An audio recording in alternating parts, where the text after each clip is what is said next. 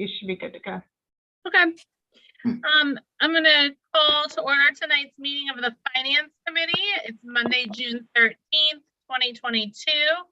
Time is 4:30. I'm Laura McNally, Fifth Ward City Council person and chairwoman for tonight's meeting. Up first is roll call. So I'm going to take that for the group since we're virtual tonight. Jennifer Ozinger, Jimmy Hughes, Kyle Mizak, Jean Leeson, Anita Davis, Asha Adamczak, Chuck Shasho, Valencia Morrow, David Magura, Don Turnage, Aaron Bishop, Julius Oliver, Kevin Flynn, Mike Durkin, Nikki Posterly, Samantha Turner, Tom Hetrick. Anyone I missed? Okay. Then we will get started under item number 2, pending legislation. First up is ordinance number 1. Questions here. Through the chair. Samantha. Thank you. Is Kevin here? Yes. Yes. Or wait, no, I'm sorry, Chuck. What does this take our sanitation truck life? I'm sorry, not life. What does it take our fleet to? And what's our oldest truck at this point? Chuck, do you have those or do you want Mike Durkin to answer that? Yeah, through the chair. This doesn't increase or decrease our fleet, stays the same. We are at 10 vehicles. What was the other question? Samantha. What's the oldest vehicle we have? So we're just replacing 2, you're saying? Yeah, we're just replacing 2 that we have that are older. This will take the 2016 is the oldest vehicle. So the shelf life on these vehicles is 6 years? About 6 to 7 years, yes.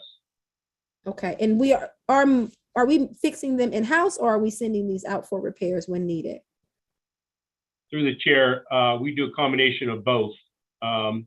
Anything that we can fix in-house, we fix. Anything that's above our ability to do, we send it out. Okay. All right. Thank you. Any other questions on item 1?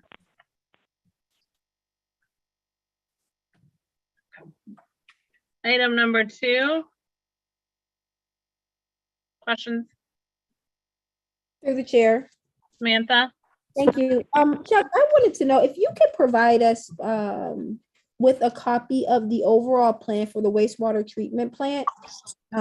What the work that we have done, the work that we are doing, and work that has yet to be done, or maybe just a one sheeter that has that information, or the overall plan that tells the story of where we are in the process of upgrading the wastewater treatment plant. Okay. Chuck? Yes, we can do that. Thank you.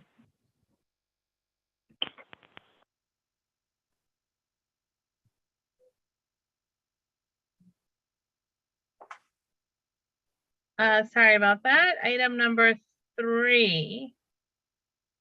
Questions here. I believe this was part of our budget hearings. Through the Anita? chair. Oh, go ahead, Kevin. I'm sorry to interrupt. Through the chair, yes. This was discussed at our budget hearings. Anita? That's okay. Thank you. Okay. Anyone else have questions? Yes. Item number, oh, I'm sorry, Samantha? Yes, thank you. So just to be clear, you're replacing the roof down on Teamster and the roof on the Salt Dome? Yes, yes, through the chair, as it states, for the replacement of the roofs at the street department, Salt Dome, office, and shop. Okay, and did we fix the structural issues? There was some brick issues around the building on Teamster. Is all that repaired as well? Or are you planning about zero process? No, you mentioned that at the budget hearings. I'm not sure exactly what bricks you're referring to. This is just specific roof. This is just the roof. So there's no other problems at the building on Teamster. Yes, there are, but we're going to start with the roof first. Have you developed a plan, like a comprehensive plan on step by step? You're starting with the roof, then what's the next step? Or are you just tackling it one thing at a time? Well, we're just tackling it one thing at a time right now. If I could suggest, and that's if there are numerous things that are deficient in the building, it would be great for us to know, especially going into budget hearings, what is wrong and what else we need to tackle, because you can put a new roof on it, but if you don't fix the other issues, that may be, a moot point. So it would be great if by time budget hearings, we hear more about what needs to be done at that facility, because it does house a lot of investment that we put into the city just in this short time. And I know that we briefly mentioned a covering outside as well. So I just, and this is for the administration that's here too, just so that we can get prepared and tackle these issues right now, because I'd hate for us, getting the roof is great, but if something else fails, it could compromise the very large investment we've been putting into equipment that's down at that street department. So that's just something I would like to see come out of the administration.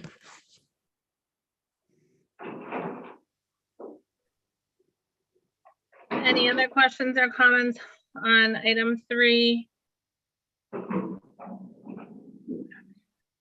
Councilman Ray has joined the meeting. Item 4, questions here. Anita? Through the chair, Chuck, is there another similar bill to this coming for Glenwood Avenue? For collapse? I'm looking.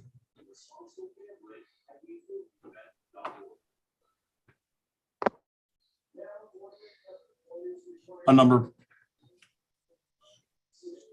Are you referring to number 4? That's nowhere near Glenwood Avenue. Yeah, Right. I think I you said- just, go ahead, Anita. Are you Yeah, I referring was- to what just happened this recently? Yeah. That Do was we the have water line. Did it cause a damage to the road itself though? That any kind of collapse or anything? But that was the one that just happened recently was a water line break. I have not been notified. I know they repaired it. I have no indication that there's been any further damage there, like in regards to the roadway or anything. Okay. It just depends on how fast they are when they catch it or when it's called in, how soon they find out about it. How long the water's running underground, washing the material away. Okay, I accept that. Thank you. Anything else for number 4? What about number 5? Questions here. Samantha? Thank you. Chuck, can you tell me, is about 10,000, a little under, not, I guess a little under 10, is that standard to replace a catch basin? I would say that's probably a good, it's really difficult to say because not all catch basins are the same. Sometimes it takes longer because there's different utilities in the way, or so you can't really, but I would say average probably these days, I would say that's in the ballpark, 10,000. And just a direct follow-up, how do we repair them in between replacing them? And I ask that because we have a long list of damaged ones. So what do we do in that in-between time? It depends on what they're like. Sometimes if they're made out of brick and if there's just a little bit of damage, we could repair them with masonry, and we do that in-house. Or if the top just sinks in and we have to reset the top of the catch basin. If like the whole front wall's blown out and the outgoing pipe's broken and there's a big sinkhole in front of it, usually we have to replace the whole thing. I prefer to replace them if we could. So any situation where we get a chance to replace them, whether it's with a different project or whether it is some other method, I just lost everything on my screen, I'm sorry. Whether it's with a different method or a different avenue, we'll always choose to replace them with precast catch basins because those are the modern concrete ones. They're not relying upon brick and mortar. Does that answer your question? I don't know. Yes, that did. And I'm sorry, Councilman Oliver, just one more question. So just, I constantly get the question about the catch basins. We repair them as we are working through roadway projects. How often do we do them just because we have the time to do them and we're going out? Because I understand the list is quite substantial of repairing. Gene Leeson may be able to help out a little better with this on a daily, but as far as like a day-to-day operation. But generally speaking, the pavers are out every day, I believe, and we are very shorthanded in the collection system. So catch basins, we usually have the pavers out every day. It depends how many laborers we have and who we have to assist them. But generally speaking, I think the pavers are out every day. And the pavers are the ones, they're not street. We're not talking about street paving. I'm talking about brick pavers, masons that are repairing the catch basins. So they're out generally every day. It's a long process. It takes probably 2 days per catch basin probably to do them. So it is a long process. Thank you. Anything else on this item? Through the chair. I'm sorry. Yes. I just got a quick question for Chuck. Chuck, a lot of the contracts that are going out with, the road work and bill grant and all that, I know we haven't had the HRC in place for quite some time. I just want to see if I can get some time to sit down with you and see how we're staying in compliance with, like the EDGE program and ELC and things of that nature. Okay. Okay. Thanks. Anita? Yeah, through the chair, Chuck. So when we're replacing these catch basins, they are all now prefabricated, and do they last as long as the way they were doing it before? Yes, when you see these ones that payments to the contractor, these are ripping out the entire catch basin and replacing it with a new precast catch basin. They're made out of reinforced concrete, made in a factory, cured under ideal conditions. They last significantly longer than brick and mortar catch basins. The mortar breaks down. That's how they made them back then. It's the only way they had to make them. We don't precast and pour concrete in place for standard catch basins. They're made in a factory, and we buy them in one piece and put them in. Thank you. Anything else? Okay, how about item 6? Also for Chuck. Any questions here? Okay, item 7. Questions here? We have a new supplier, I'm assuming. John?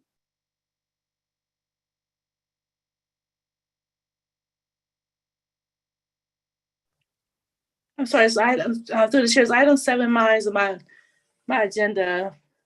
Oh, yeah. Item 7 is the turf and tractor, purchase 2 turf and tractor, turf and tractors for Stambaugh Golf Course. Yes. What happened was with all of the supplies being on back order, and the company that we originally was ordering from could not get it at the end.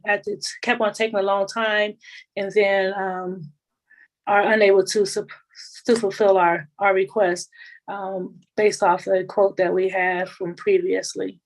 So yes, we had to do some searching and go with a different company. Okay, so you have a new supplier who can definitely give them to you and at a cheaper cost? Yes, and it'll be cheaper. Yes. Okay. Any other questions from anyone else? Okay. No, just Sorry, who is that? Samantha.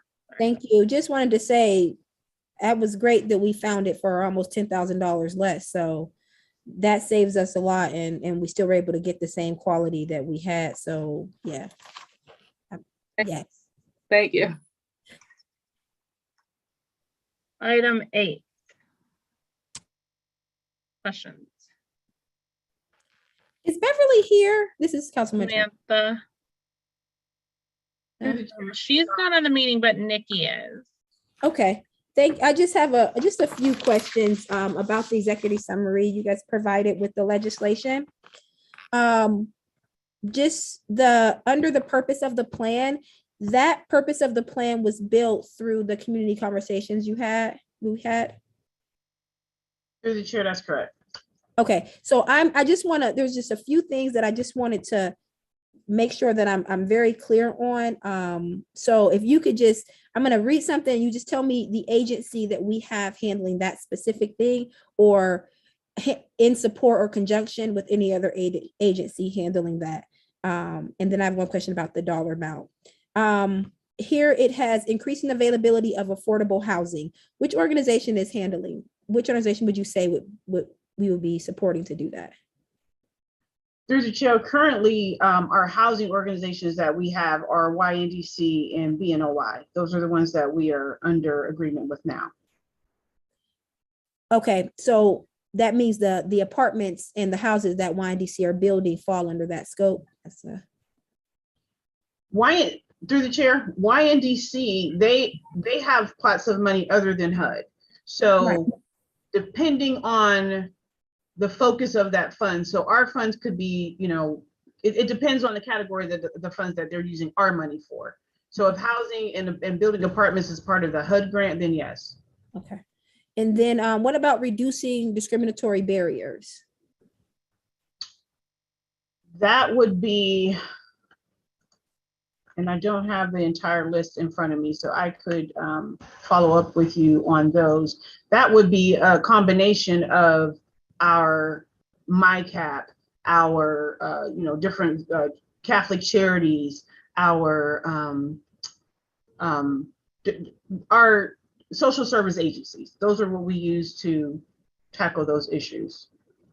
Okay, and then one last one is transitioning homeless persons and families into housing. I've got probably about 10 questions for numerous reasons about that just this past week. So which agencies are we supporting to work with the homeless population? There is a full continuum of care that is a collaboration of various organizations that we are using. I actually attended a call last week on the continuum because currently we had a vacancy on that seat when Rufus was on that seat, but we're filling it now.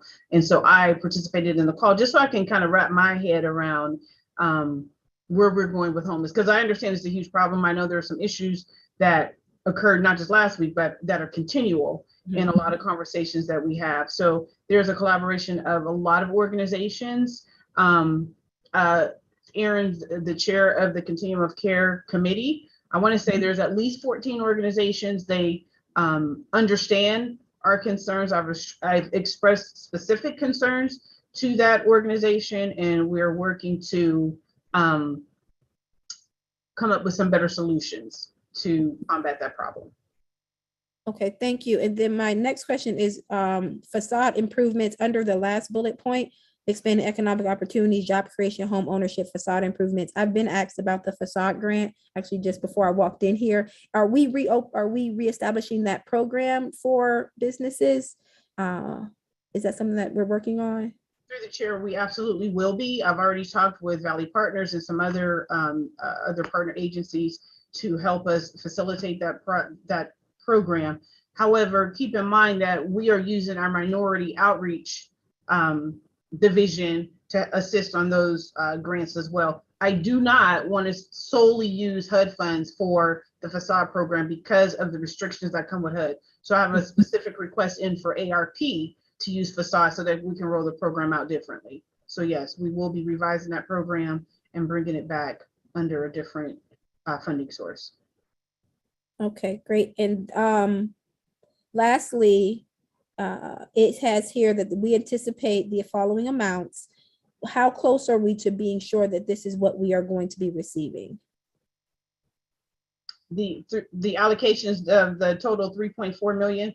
Yes. That is what we've received. That's what HUD has told us that we've received. And this is what we're asking council to accept, and then broken into the different categories. So number 8 is the full pot. And then 9, 10, and 11 is broken up into the CDBG fund, the ESG fund, and then the home fund. So Okay. that's how they allocate it to us. Now, again, we get our award letter, but then when it comes time sometimes to receive the funds, the dollar amount may change, and then we would come to you for an amendment. But this is based on our award letter.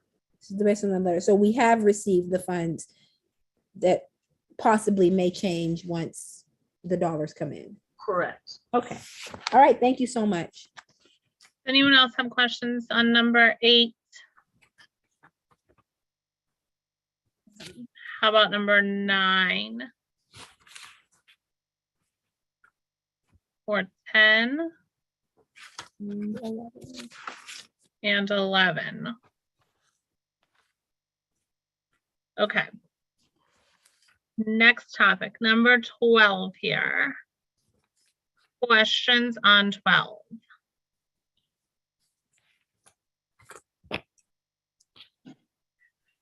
Samantha. Thank you. Is there an attachment to this? Anything included with this? Any information? Samantha, I didn't attach anything, but I can give you some information now if you'd like. Go ahead, Perfect. Erin. Okay, so as you all remember, in June of 2020, the city of Youngstown declared racism as a public health crisis, and as did the county, and there were many things that were going on throughout the country at that time. So since then, I have been working with the different agencies on, what does that mean? We can't just declare something and then not, do anything about it. So what we've really been trying to do is come together with the different health departments. We're working with different organizations to try to improve health disparities in our community, especially racial disparities, following the passage of our declaration. So to date, we really didn't have a collective collaborative effort among public agencies and other organizations to fully understand how our community's health is affected, especially during those social determinants of health. And when you're talking about social determinants of health, we're talking about, economic stability, healthcare and health quality, social and community context, our built environment, our education access, and our education quality. So what we wanted to do was really kind of see where we were at. When we did take a deeper look, we looked at our last community health improvement plan and community health needs assessment, which was done 3 years ago. And although we wanted to focus on that, we really didn't, I think, follow through like we should have. I think part of it was COVID came during, the last 2 years, and it kind of put our community health improvement plan like on the back burner. So moving forward, we just completed our community health needs assessment. We completed it. It'll be coming out at the end of June. You can see the final results. And although we had focus groups set up, we did the surveys, we sent it out, we had it on our website through the city. We invited people to focus group. Still, the city of Youngstown doesn't have, the representation like they need. So with this collaborative, the Eco Collaborative, they kind of keep us on track and are going to, make sure to evaluate our process. So the whole process is 3 years. It's $300,000. The county commissioners already put forth $150,000 to this project. And so they proposed that if the city wanted to put in, and then it would be a full collaboration between Youngstown City and then the Mahoning County commissioners. And so again, just in being with that, when we came up with our community health needs assessment, it was through the Vibrant Valley work group that I'm on, that we went over every question that was being asked, that we made sure every question was equitable and that everyone's voice was being heard. So that process didn't happen, 3 years ago. And I think having them a part of this process now will make our community health improvement plan even better. And it'll hold us all accountable to what we're saying we're going to do, that we're going to do it. I also, we're working on a workbook to give to other agencies to make sure that they have, health equity as a part of their policies and procedure. And so it would be a workbook that people could, we could pass out to them. They can see. They're going to be offering a lot of trainings coming up. So I think it's a great way for us as the city to be a part of this, and to show that when we say we are, declaring public health as racism as a public health crisis, what are we doing about it? And I think this truly is seeing what we are doing about it collaboratively in Mahoning County. Thank you. Thank you for that explanation. So I think this is a great idea, especially partnering with the county and them using their funds as well. This shows that there are more people engaged and involved in solving this issue. This is what my next statement has nothing to do with this. This is what I am going to say here with everyone. ARP requests coming. I get it. The committees churn them out. I can see it coming, but if there's not a council meeting of the whole and the presentation is made and we're looking at the dollar and how it's ticking and how it's going off of the survey and how we are checking those boxes, I do not know how we spend this money. This is nothing to do with what you've just said. This is the process that I am not happy with. This has to be done better. So if there are ARP requests in here and there is no supplemental information, we haven't had a pre-meeting, and I understand that some meetings happen, it happened in finance or it happened in CPET. That is not how it should happen. It should happen in a council meeting of the whole, of all of us, and how we spend these dollars. So I am saying this, every ARP request, if there's not an attachment to it that has the information, I don't know how, I'm not gonna spend it like we're fixing a catch basin, because that is not fair to all those people that attended every last one of those tour meetings and all those people that filled out all of those applications and all the work that the administration did to put this together. So I think that we need to do our due diligence, bring that forward. I understand that Mike and Anita are on the committee, but they represent us there. This needs to come to us as a body so that we can talk about it, talk through it, and understand it from beginning to end. That's for every ARP request that we have and going forward, because this money is going to go quickly if we do not spend it appropriately and ensure that we check all the boxes that our community has asked to check. We tried to get these Aaron's pieces in particular on our ARP meeting last week's agenda, and we just couldn't in time. So we thought it was fine to put them on this finance committee meeting. And I know you're asking for a committee of the whole. I did send a request out to schedule committee of the whole for ARP stuff. So please respond to that with days and times for future, because we have been handling them as the finance committee, mostly just for coordination purposes. It's impossible to get 3 of us to show up at a meeting, let alone 4 of us. Anyway, any more questions on? Yeah, through the chair. Julius. Thank you. Aaron, appreciate it. Great job on carrying that forward. I was wondering if you been in touch with or been introduced to the Real Council with NLC.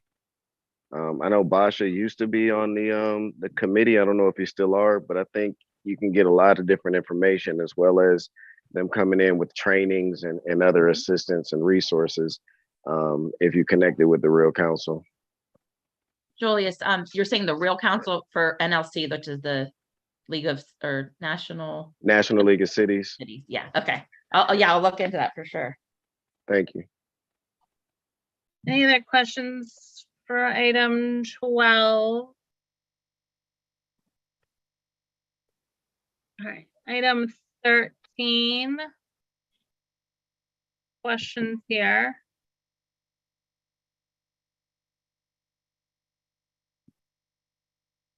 Okay. Would you like to go over this as well, please? All right, Aaron. I'm sorry. Again, there is just this here. So, and again, nothing, and although it came to the finance committee meeting, we still did not have that to all 7 of us. So can you please explain what this 2.4 million ask is? Yes, absolutely. So through the chair. Aaron, before you, just question, I'm pretty sure your 13 was in the big binder of requests. that plan is laid out in that Yes. big, huge, yeah. Was 12 laid out in there too? I remember reading 13. Yeah, 12 was okay. in there as well when we were talking about just increasing the health department's different programming. That's Okay. right. Thank you. Go ahead. So through the chair, just kind of want to go over this. If we learned anything about COVID-19, it was like the health disparities. I look back on our time, and the best part, I think, sometimes is how our community came together. I think about our calls with our constituents, and the calls with city council, and the calls with also our, faith-based organizations. And one thing I did was, go to the people and really get to be in the neighborhood so that people didn't have to come downtown to get their shot. So I think one thing we did build better than anything was trust with our residents. In saying that, when I wanted to see, what can we do with this ARP money that will, last and will make, changes in our area. I looked at the Ohio Department of Health has come out with a grant for, they're called health improvement zones. So Rhode Island kind of was the first one to pioneer this, and I've been really doing a lot of research on the Rhode Island. They're called health equity zones. So Ohio took that and came up with Ohio Health Improvement Zones. And they have this grant, which I applied for. It was due at the end of May. I applied for about $464,000 to start this community health worker program. This program, if you all remember the Taft Promise neighborhood, which I felt was very successful, but Taft Promise neighborhood only focused on one neighborhood, Taft. And then we started to kind of look at doing the Youngstown Promise neighborhoods, and we were going to focus on all the neighborhoods. And then unfortunately, we lost funding, and that was no longer. So I thought about this and thought, how can we kind of do what we were doing in the Taft Promise neighborhoods, as well as also, going into these health improvement zones. So when you're looking at health improvement zones, we have 22 census tracts that are considered high SVI in the city of Youngstown, which is a lot. Obviously, 3 are on the west side, 4 are on the north side, 5 are on the east side, and there's 10 on the south side. So these census tracts, have high poverty, they're higher risk for health problems. And we see this over and over again. And you can get all this information through the Ohio Department of Health. It's called the Social Vulnerability Index. And so looking at that and seeing how we have these zones that need to really be addressed, I wrote this grant in order to get a community health worker on each side of town. So we would have these, they were going to be called like West Side, Youngstown West Side Health Improvement Zone, and Youngstown South Side Health Improvement Zone. And we would get a lead organization, and that would be through, it would be an organization that was on that side of town. So for instance, on the east side, Mount Zion AME has done a lot with me. We went there all, to do testing, to do COVID vaccines. And so say that they were the lead agency. We would hire a community health worker, which again, we would have them bring the training to Youngstown. We would train those community health workers, and we would hire someone from the community. Meaning if you lived on the east side, you would be the community health worker on the east side of Youngstown, because that is your neighborhood, you're most familiar. Also, like I said, the organization will be there. We also need to address that even though we just did our community health needs assessment, and we got all this information on what people want, what people need. It was a Mahoning/Trumbull needs assessment. So even though we did pull out Youngstown data and specifically focused on Youngstown people, the amount of people that, did the survey or went to the focus group isn't a representation of our area. So what I learned with Mike Durkin doing with his neighborhood improvement zones, we had to go out door to door, knock on the doors, talk to the residents. What did they want, especially when it came to COVID-19? So what I see is kind of doing our own needs assessment that would just be focused on Youngstown, doing the focus groups, and then like you would have that health improvement zone. It would be driven by the community, by the organizations in that side of town. And then that community health worker would also be a liaison to the council persons, to the residents, so that if there is a problem and in Julie's ward, instead of, constantly trying to call Mike Durkin, trying to call Bob Burke, I talk to my liaison and they kind of do that for me. That person would have all kind of information. We have a lot of great resources here in the city of Youngstown. We have great organizations, but so often people don't know about them. And so that person would be that key connector to that. Just to let you know, for our community health needs assessment, the top 3 priorities, number 1 was mental health and substance abuse. That was all along number 1. Number 2 was community setting. So that's the places that they live, that's housing, that's transportation, that's green space. Also with a priority of for community safety. So I'm talking about violence and gun violence and all that is all part of the number 2 priority. And number 3 priority was access to healthcare. And so these are the 3 things that, our constituents, again, we don't have the best, sample from Youngstown, and that's why we need to get out there. And again, these won't be set up all the same way. They're going to be set up and tailored to each side of town, because I live here on the west side, and what I want and need is not what, I look at Dawn living on the south side of Youngstown. We have different, needs that we have because we're from different sides of town. So I think having this program, and again, it's set up for 4 years, but I'm hoping to get that grant from ODH, which will give me the framework to kind of work exactly step by step. It would give me the next 6 months to prepare for this. If I don't get the ODH grant, I will approach ODH and ask them, can I just be a part of it without you funding me? But at least I'll get that basis of making sure that it's set up correctly. We'll have that, assessment piece. We'll have that evaluation piece.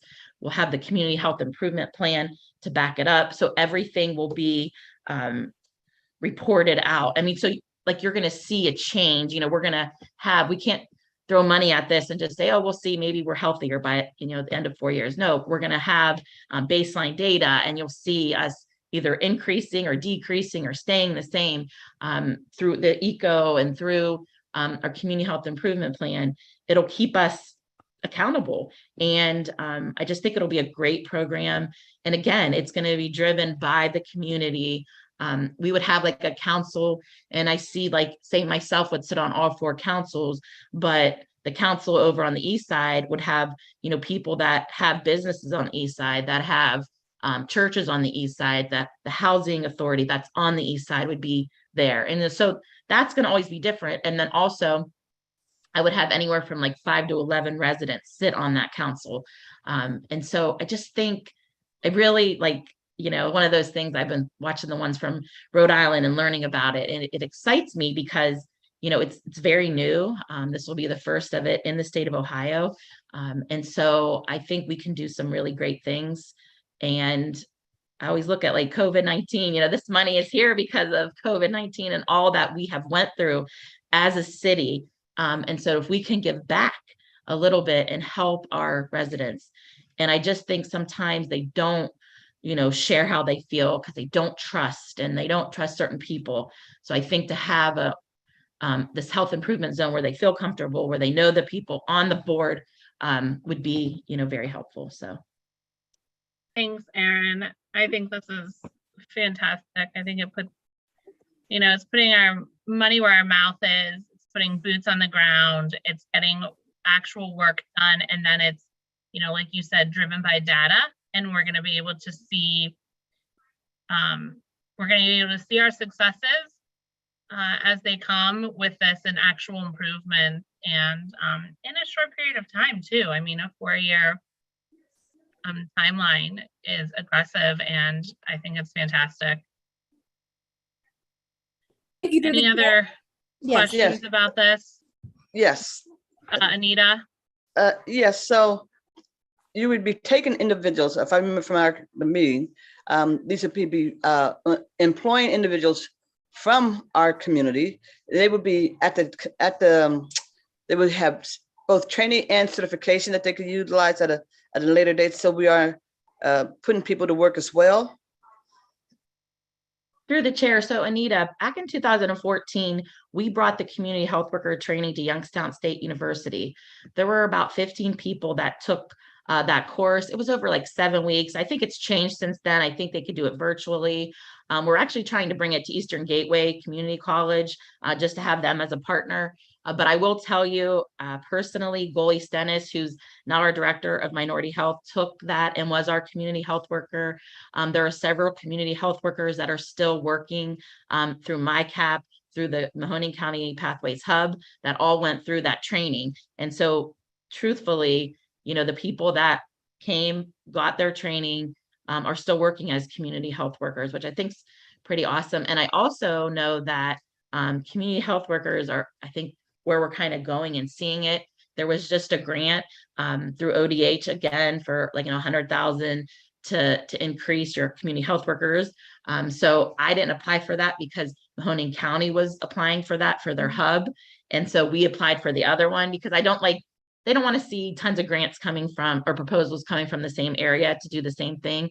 So the county and I talked, I said, I'll go for this, you go for that, because I think it's great. And I think there's also training that you could start this like at a high school level, like, maybe it's part of the curriculum at our Youngstown City schools. And therefore those students could come out of high school already as a community health worker. So I think that's part, an exciting piece. But if you like, it's I hate to say the buzzword, but we're really seeing where people learn from the people that they live among. So we would be having not just one person per side of town who's trained. You would, over this 4-year period, we're going to have multiple people trained, certified, and then put to work as well. Right. So, how it'll kind of work for right now, I say we would hire one like oversees the program. Then we would only hire 4 at this time. But again, if we can get some additional funding through the Ohio Department of Health, through the CDC, we can add more workers, I think. But to kind of set it up right now, 1 is good. But I mean, the sky's the limit once we kind of get things rolling. Like, I think I look at maybe one side of town won't be, it's harder to get the community getting them rolling. So, maybe there's one that we stick to and we get another community health worker helping them. So I think, our goal is to, keep people, get them, educated on this. And then there are going to be other jobs. Hospitals are hiring community health workers, and different, doctors' offices are hiring them. MyCap hires them, Mahoning County Public Health. So, they can take this certification and move other places too, which I think is cool. So. And we can keep them here as well. Well, yeah, I want to keep them here for sure. and we can always utilize our ARP funds in addition to this. Mm-hmm. Sure. Right. So yeah, I look at the South Side who has 10, where I'm exactly. Yeah. So it's a little bit, but I really like having them on all sides of town, because as much as I love the TAC Promise, there's always that but there's other there's other neighborhoods that need this. So that's why we kind of set it up this way. We don't want to go just train 4 people, then lose 1 or 2, and then we're lost. No, we want to train a bunch, and then they could, exactly. It's great. Yeah. Mm-hmm. Okay, thank you. Any more questions Yes, on this item? Samantha. Okay, so my first thing is I would like to see just a comprehensive plan, because one of the biggest things that is consistently coming is the sustainability of the programs and things that we put in place that we're utilizing these ARP funds for. So I would like to know what's the sustainability for this beyond 2026.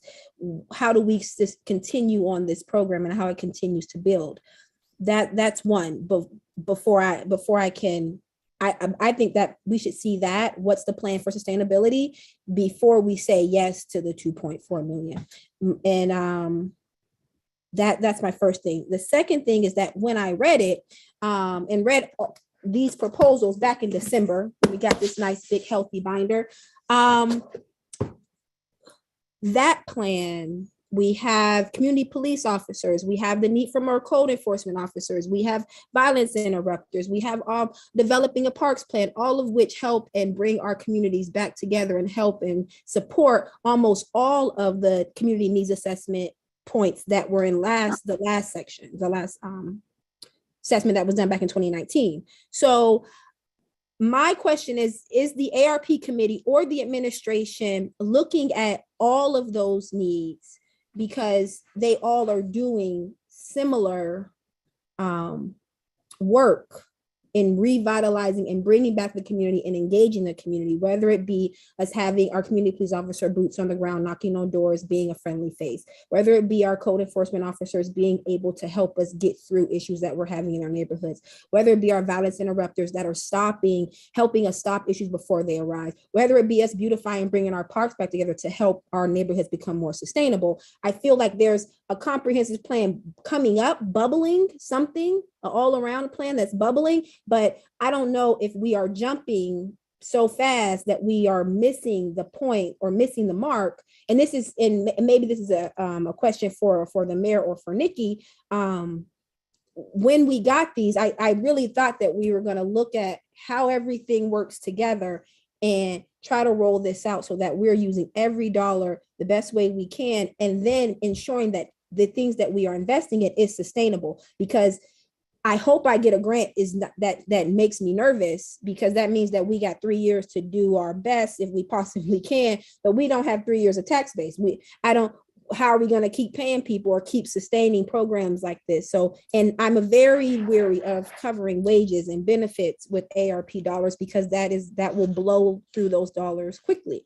So I just want to know how we are talking about that and how we're building a plan that touches everything, because everything that you said, I hear violence interrupters, I hear community police, I hear code enforcement, I hear the needs of the community coming through what you're saying now, but I don't see the plan. So, Sure. So through the chair, I think the best thing that we can say is that is why, right now in the state of Ohio, we are out of 50 states, the state of Ohio is ranks 48 of getting public health dollars into the state, which is pathetic. And that's why we are the 46th, most unhealthiest state. So I think what is happening at, the state level is they're trying to fight for more public health dollars. And where they're seeing that money needs to go is programs like these health improvement zones. So can I put something on it and say for sure 2027 we'll have money? No, but I look back at, we started the Office of Minority Health in 2007, and it's 2022, and we still have that Office of Minority Health because they saw value in it. We've done the work. We have good people. We follow the guidelines, and we continue to get that money. So that is how I look at this. I look at, I also do more research and just learning about these community health workers. So I do think this is sustainable. But I also think too, when you have the community police, these positions go hand in hand. Just like I work daily with Michael Durkin. I work daily with, Chief, both chiefs. I work daily with Dawn. We work very well together as administrators because we're all, we all have one goal in mind, is to help the residents of the city of Youngstown. So this would be something separate. Do you know what I mean? But when you look at the needs of the community, a lot of them are health. We are very unhealthy, unfortunately, and our people are dying a lot earlier. And so that part of it, we want to work collaboratively with community police, with the Parks and Rec, so that we can all, work on this together. But I do believe that this position is different from a community police officer. So I definitely think, going into that, they know that if this is a 4-year, let's say, grant, it's going to be like that on the master salary. And, they know it's 4 years. Hopefully we can continue to fund it. But every year we tell our director of minority health, since I've been here since 2011, that, okay, we got a grant this year. And they know that, but that makes them work harder to make sure that money stays here. And if you show success, then these programs will stay. And I truly believe that. And and I think we can make it work. So. Thank you. Oh, I have Nikki, a direct did you want to follow-up. respond? Yes, I wanted to respond to Councilwoman Turner in terms of our process and what we're reviewing for ARP.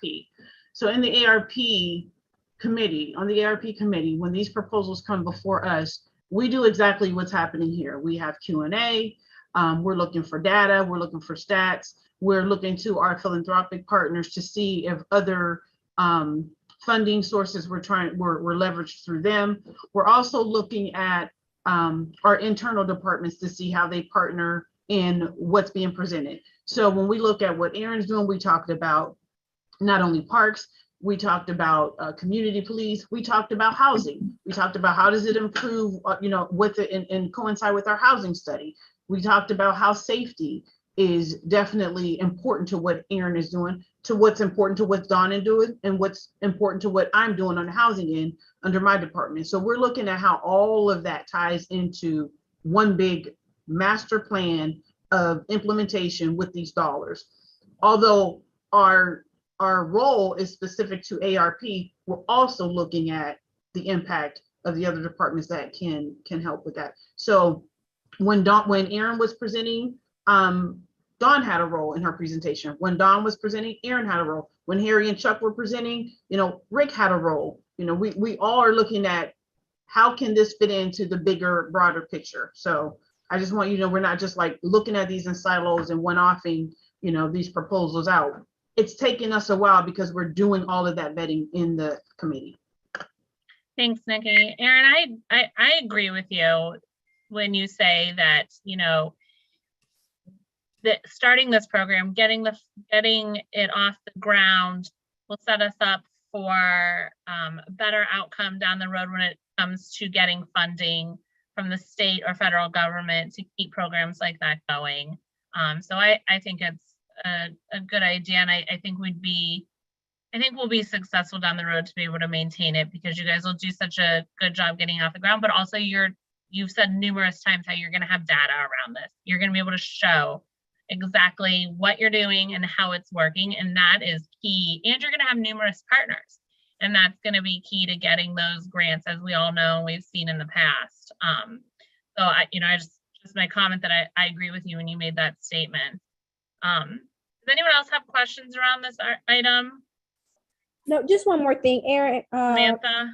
Thank you. If you could provide the PowerPoint or the plan that you presented, that would be great. Again, if any other department head is bringing forth ARP, that information is valuable to be attached to each piece of legislation. And to my last question is to Nikki.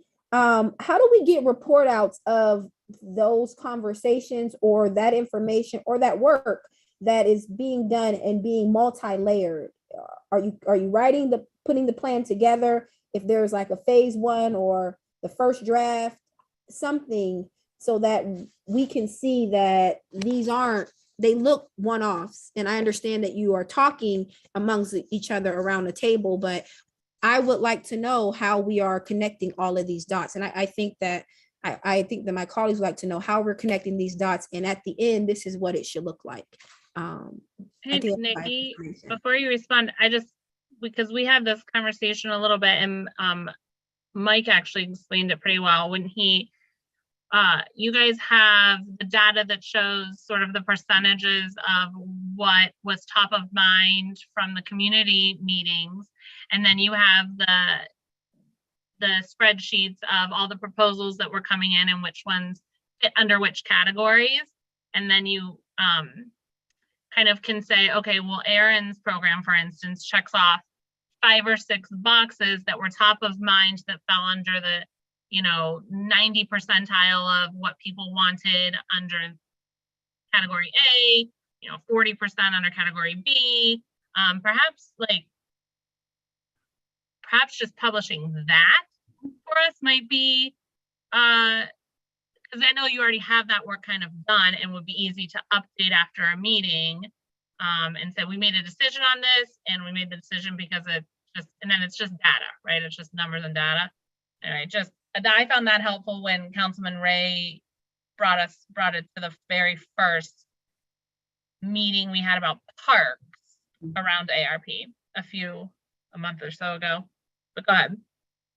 Through the chair, yes. So we actually are working with someone who will start attending our meetings as of Wednesday, because we meet again on Wednesday, to help us with that communication plan, because we are so busy collecting data, reviewing, the proposals, coming up with the scenarios, and coming up with our final decision, that at the end of it, we're now working on next week's, or the next meetings. So we do have someone, Pekia Communications, that's going to start working with us to get that information out to you quicker, so that we're not waiting till we come to a finance committee meeting, CPAD, whatever the meeting is, to explain to you what the process is. So he'll be joining us as of Wednesday, and you'll see the information coming out in a easier, digestible way. Great. Any other questions on item 13 here, or comments from anybody else? Okay, we're gonna move down to 14. Questions? 14 and 15 go together. Okay, 16. Questions? And 17 goes with that.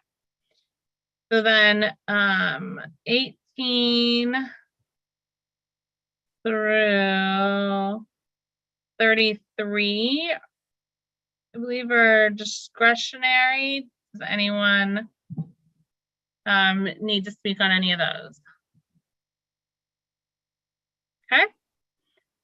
And we're back to item 34 here. And we see this frequently. Anyone have questions on this particular one? On number 35, questions here.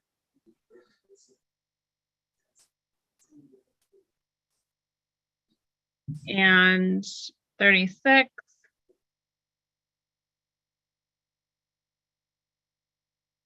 Okay. Signed out of committee. Ordinance 22-166. We talked in length last week about that. Thank you. I have a question. Samantha. Thank you. Don, this is just to just gain some clarity. This work, have you selected the parks that will you'll be focusing on, or is this just kind of gonna be district wide? And Dawn, you are muted.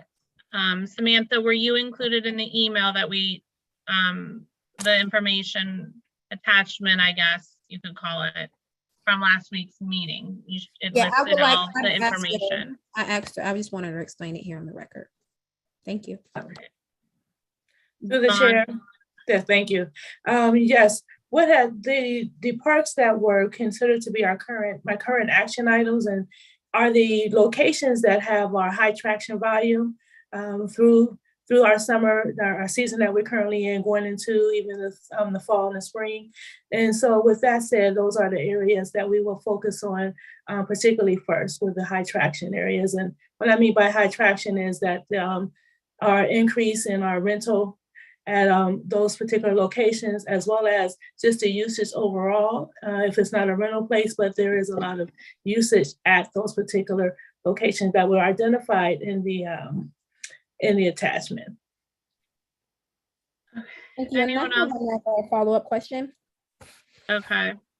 In the park analysis and in the attachment, you talked about the high traffic, and you just explained we look at our rentals. Is there any other way we track traffic in our parks? Is there a counting system or anything like that that we have, or possibly looking at to see what the people are, or are we just looking at the population around it and what that looks like? And then of course, rentals. Yeah, I do utilize the data analysis that we got from YSU, especially since it has census information in there. When it comes to why a particular location possibly has a decrease rather than where some has an increase. But also what we do utilize is when we do have events that are family oriented and of larger size. We do attempt to do an approximation of how many people actually attended those events. And we also ask for individuals, if they provided us their email information, to send us their feedback from those events. Thank you. And just my final question on this, in some park systems, their cameras do a body count, kind of similar to stores. They just count how many people are walking past, going in. Are our cameras equipped for that type of data collection? And is that something you could possibly be looking into? No, that actually would be considered upgrading the system that we currently have. When we do come to, if that would be possible to have a parks plan, that would be one of my recommendations. Our cameras now work simply on motion. So when they do pick up, when there is a motion, they pick up, it will start recording. However, none of our cameras are fit to actually record 24/7. It has to be a motion. And it doesn't do any counting.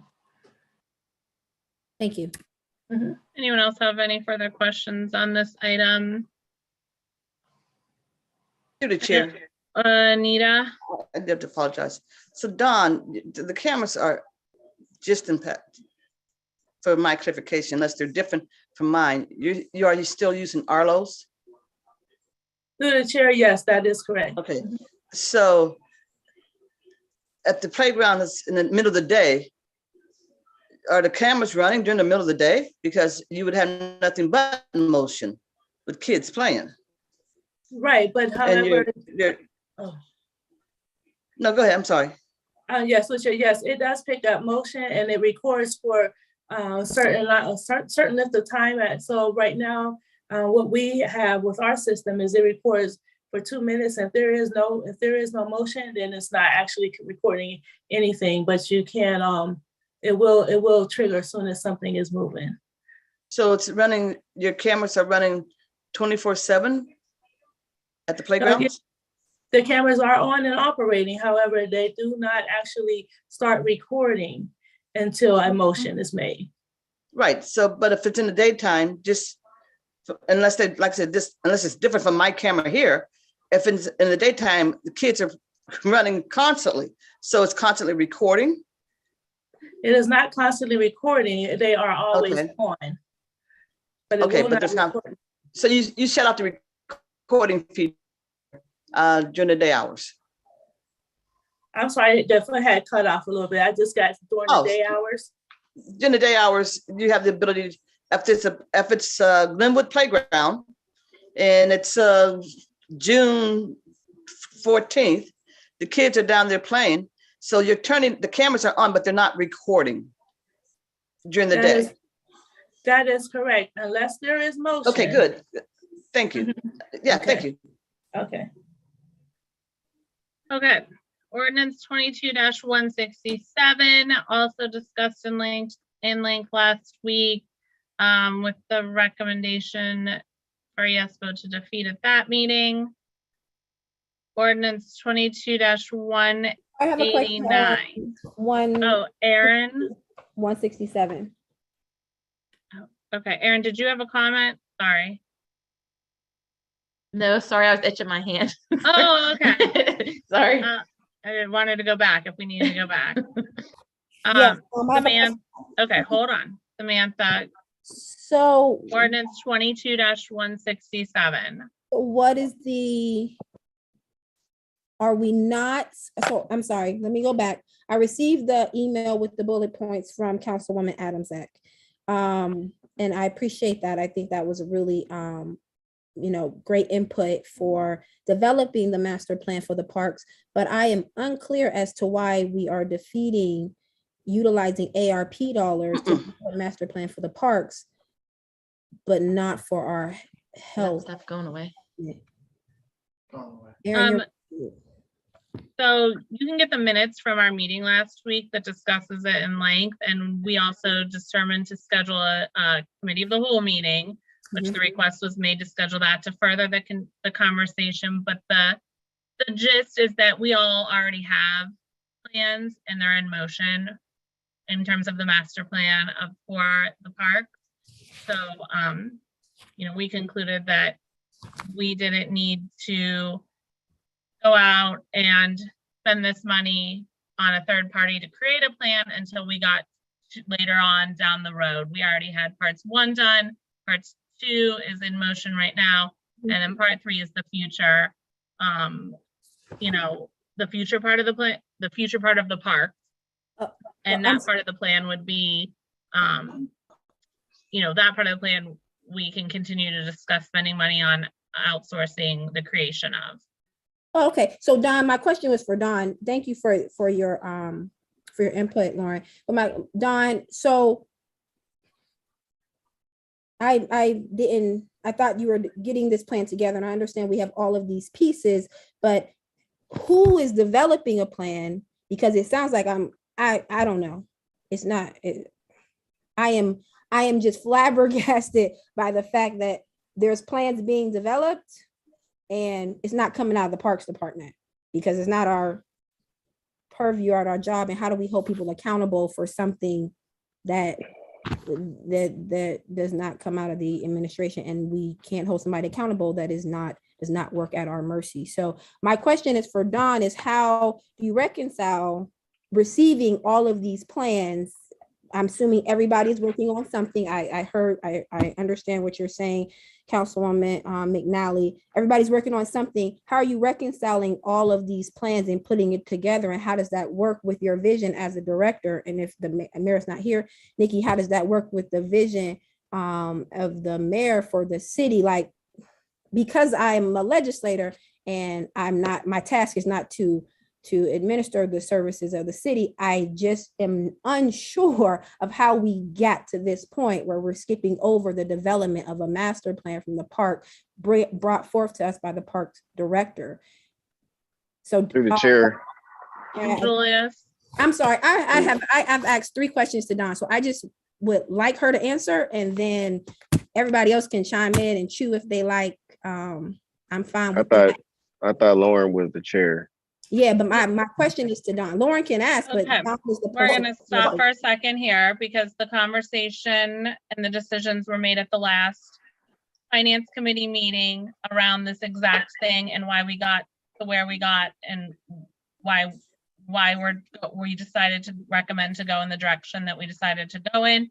We're all working in conjunction with Don, and we came up with a plan to do that and to create that master plan. Again, which is why the request to make a committee of the whole meeting to continue discussion was made immediately after that meeting. So, Dawn, if you want to comment further, you're more than welcome to comment further on that. However, it seemed like we left that meeting with a very good moving forward plan. Julius, I'll let you comment first. Thank you, through the chair. I was just wondering if we were going to have this meeting again now, or whether we were going to put this, is this on the agenda for the meeting of the whole?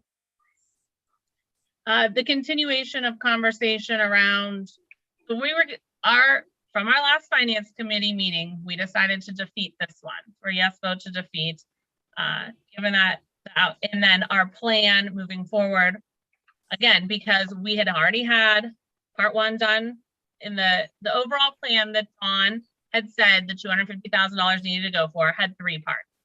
First part was done. YSU did it. Second part, all of us said we were already in motion on working with Dawn. And so we were going to help her compile that into a docket.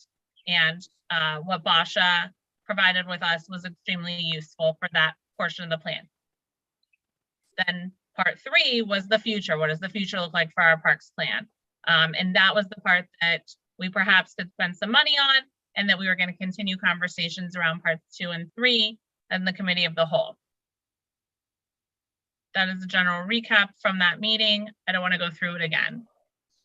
Dawn, do you want to comment before we move on? I'm through the chair. I am looking forward to filling in the gaps and becoming familiar with everyone else's plan to hopefully move the vision forward. Thank you. Liz, does that sound like where we got? Are we good? Yes, thank you. Okay. So then I go to the next ordinance 22-189.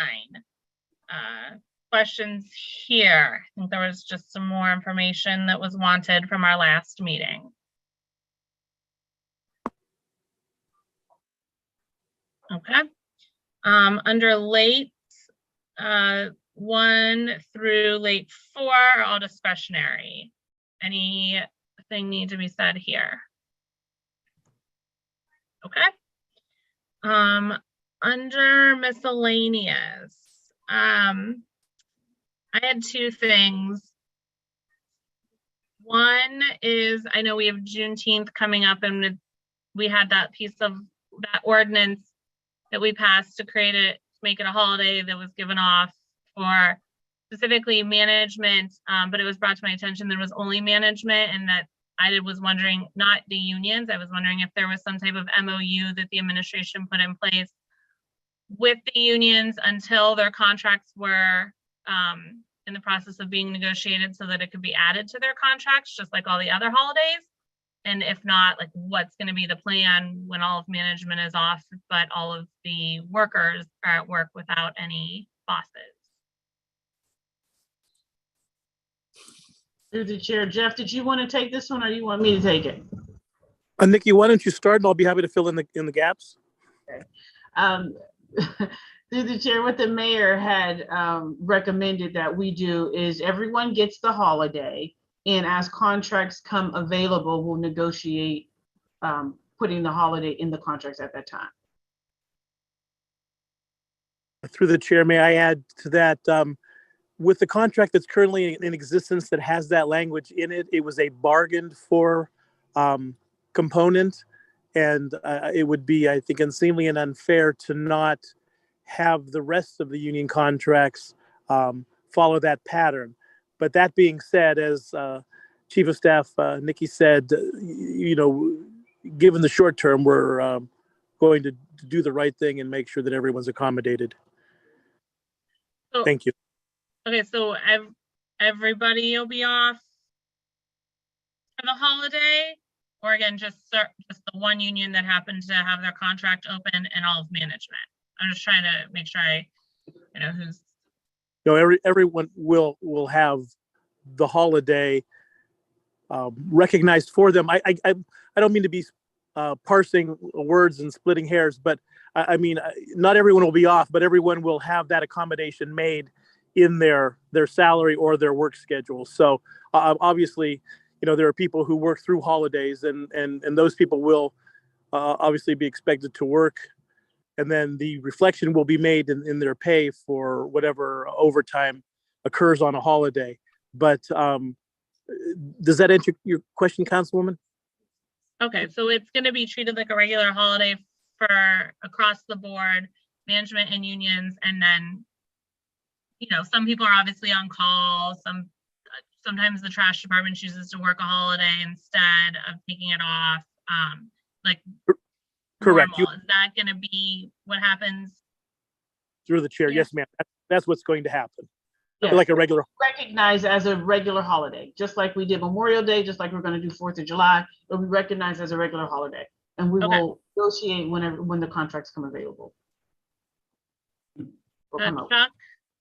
Through the chair, just for the record, the landfill is open, so garbage collection will be on time. Okay, good note.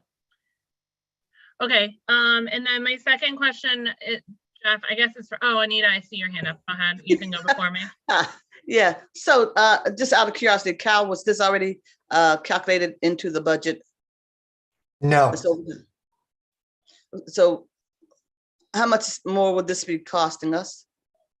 Do you have a figure yet? It will only cost us additional expenses for those departments that have employees working on the day of the holiday.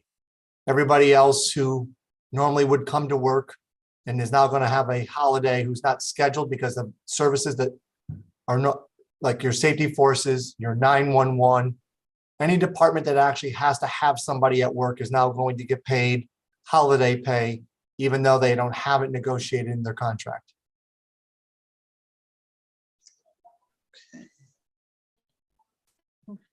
Thank you.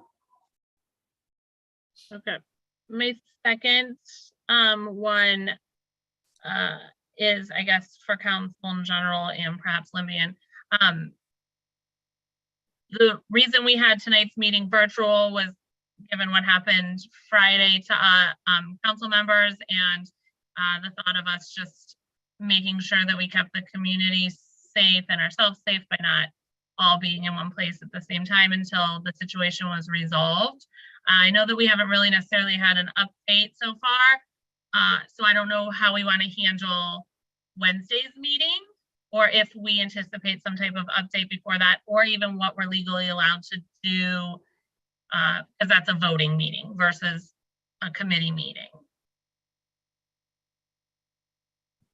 Through the chair, with 24 hours notice, you can do an absolute virtual meeting as we did during COVID. Okay. Through the chair. Yes. Not that I'm particularly worried about anything, but it just seemed like a lot of times situations like this are always kind of not taken seriously until somebody actually gets hurt. And in this situation, we have the opportunity to really get a handle on it.